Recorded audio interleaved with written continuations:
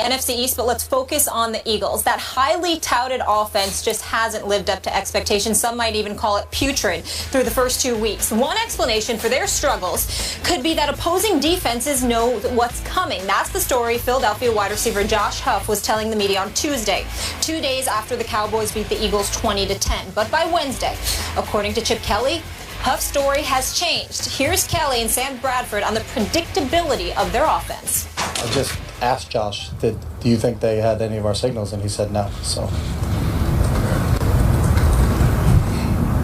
where's this coming from? I don't know. I just asked him a second ago. I said, Josh, do you think that they're picking up on things? And he said no. So have you heard that before from other players on the team that they were? No, I mean, I think there's certain things that everybody does that's predictable from a tendency standpoint. When you line up in this formation, 75% of the time you do this, 25% of the time you do this, but there's nothing I don't think anybody does offensively or defensively that's 100% of the time. I've said all along, it's not the most complex offense in the world. I think, we try to play fast, but, when you play fast, I think we do have certain tendencies. I think, Dallas did a good job at recognizing some of those. But, like I said, we have answers, regardless of what the coverage is, we've got answers and we've got to be able to get to those. All right, they have answers, Skip. Has the NFL figured Chip Kelly out? I must say my Dallas Cowboys certainly have. I think we saw that 2 straight years in Philadelphia. Okay. And I very much figure that Todd Bowles and his New York Jets defense will continue to expose Chip Kelly's college offense, his Oregon offense, as little more at this point than a lame duck attack, if I might. Okay. And who better to call attention to this, to call it out, to drag all this out into the spotlight than a former Oregon Duck named Josh Huff. Chip drafted Josh Huff in the 3rd round, 2014, out of Oregon. So who better? Thank you very much, Josh. Even though naturally Chip Kelly said that Josh didn't say what we all heard him say, but Josh wasn't referring to signal stealing, to cheating of any kind.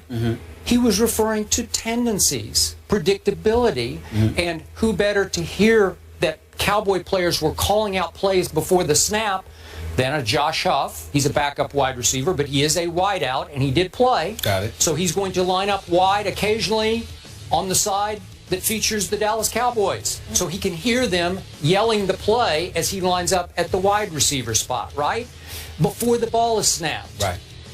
So I thought Sam Bradford was very honest, maybe painfully honest, because he's the first to say, what we're doing is not complex. We're trying to beat you with tempo, with fast break. But what we're doing, I'm paraphrasing slightly what Sam said, very honestly, we're simple.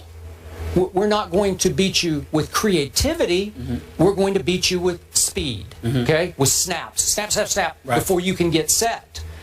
Well, that's very interesting to me because Rod Marinelli, coordinator of my Dallas Cowboys, has figured out those tendencies. And Chip agreed that 75% of the time out of this formation, we're probably going to do that. Right.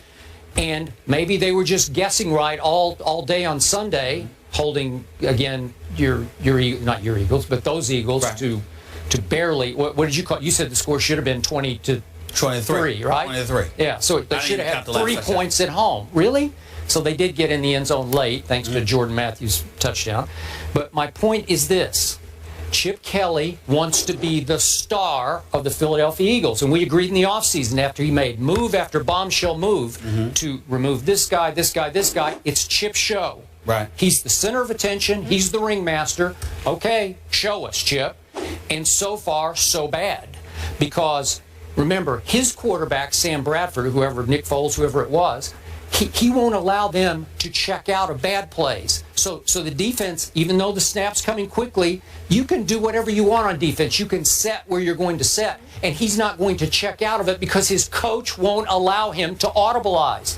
While Tony Romo drives me nuts half the time when he was playing, but he's Peyton Manning. Tony's like, oh, blah, blah, blah, blah, blah. And he's telling Dez, when Dez was playing, you know, you do this, and after a while, the clock's going down to 2 before they snap the football. Well, the Eagles don't want to do that. So whatever defense you set in is set in concrete. You don't have to worry that they're going to trick your defense. Yeah, but what I'm trying to, I understand that, and I appreciate the explanation. What I'm trying to gather is, what are you peeling from this? Do you think that's a problem? Huge problem, because now that people are on to that, tendency-wise, maybe Chip's going to flip the script this time and try to run this out of that formation. But I think Chip is one of those guys I always talk about. He walks in the room, he's walked in this room, and he thinks he's the smartest guy in the room, and a lot of times he has been the smartest guy in the room, but he's going to dig in and show you, prove to you, I'm the smartest guy in the room. So is he going to change personnel this week? Nope. I'm Chip Kelly. I don't change personnel. I don't change horses in midstream, nor am I going to change my attack. Watch me. Watch it. It will work. Once again, very, very early in the show in this week, you have utterly disgusted me. Good. You have gotten on my nerves. That because makes me you have happy. you have forced me to do something you know good and damn well I don't want to do. Yeah, you and that's come to the defense of Chip Kelly. Yeah. I don't want to do this. You're forcing my hand, because I am a fair-minded and objective human being who thinks about fairness. And even when it comes to a guy like Chip Kelly, who I obviously am not very fond of. Nope, you're not. Let me say this. You, and a typical sports fan that is like you, because most sports fans ain't like Skip Bayless, but in this particular instance, He's ride or die. But in this particular instance, they are. You must make up your mind. I'm going to use a basketball analogy. When the Lakers had Showtime, because Chip Kelly wants to be a fast break kind of offense, right? So who better to bring up than Magic Johnson and the Showtime Lakers?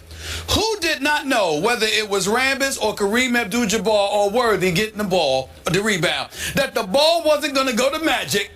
Whether it was Norm Nixon and Byron Scott on one wing, James Worthy on another, Cooper trailing, that Magic was not going to have the ball. He wasn't going to go to the middle of the floor and lead the fast break. And in the event that it didn't work, we were going to come back down, slow things up, and throw the ball inside to Kareem Abdul-Jabbar for the sky hook. Primarily on the left block, so he could turn around with the right and throw and use the sky hook. Everybody knew that. But what you gonna do about it?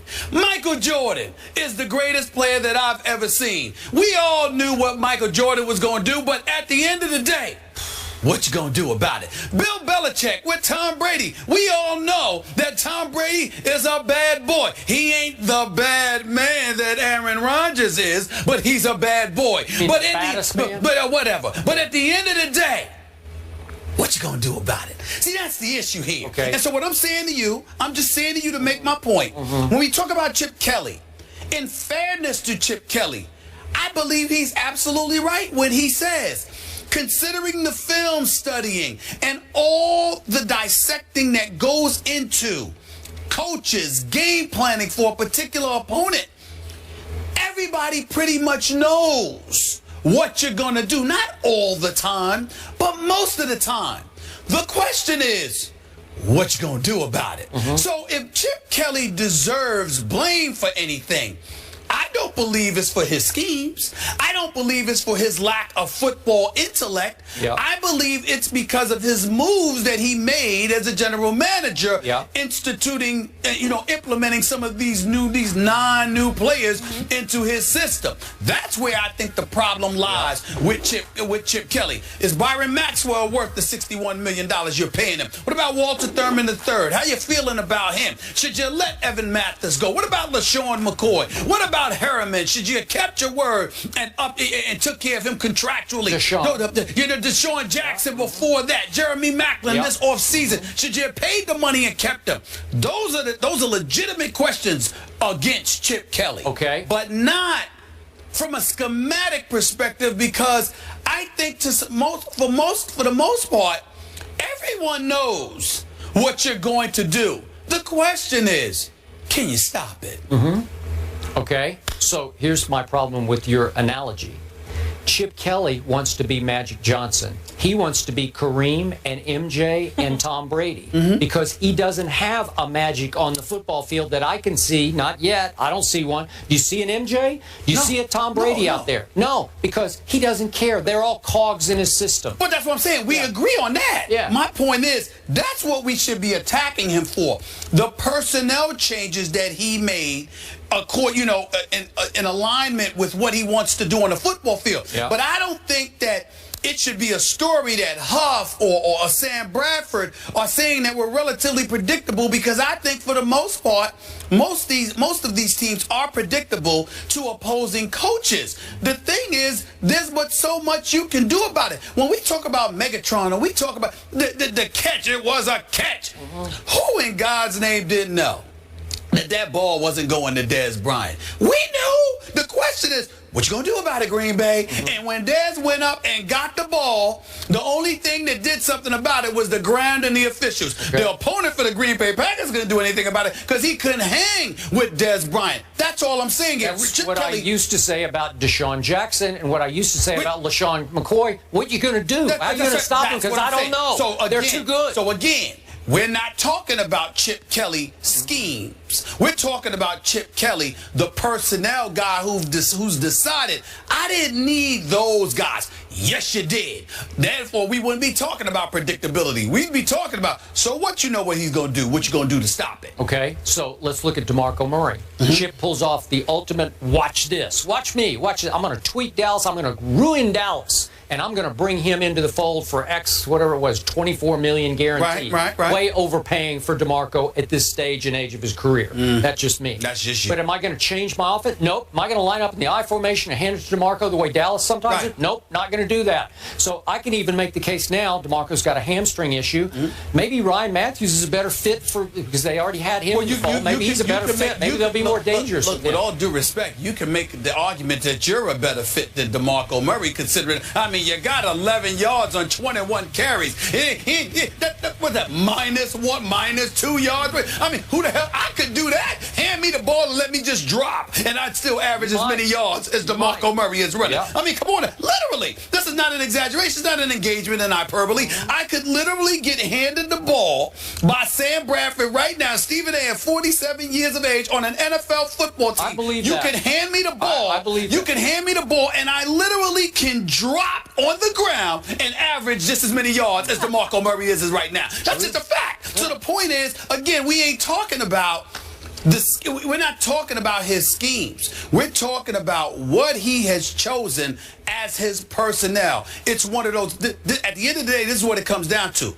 Some coaches, most coaches, have no business being involved in personnel decisions. They just need to coach what the GM gets them. Because when they get to make their own decisions, it usually does not work out for the better in football. Maybe in basketball it might be a little bit differently, but in the sport of football, as complicated as it is, the 53-man roster, offense, defense, special teams, the personnel, the depth that you have to have at each particular position, it's just entirely too much for a coach to have to deal with. He should not have that responsibility. That's what the argument that could be made here against Chip Kelly. Well, you love you some Chip Kelly. I got to say. Don't say that was great defense. Don't do that. Chip Kelly versus Todd Bowles? I told you, I'm the ultimate district attorney. Man. Yes, you are. He's just fair. I'm just fair. Yeah. But I'll take You're you here out. for the people. I'll take you out. I'll convict you. You'll take any case and try to win it. Right? I would win most cases. Unless opposed. You got to believe in yourself before anyone else does, right? No, you know it.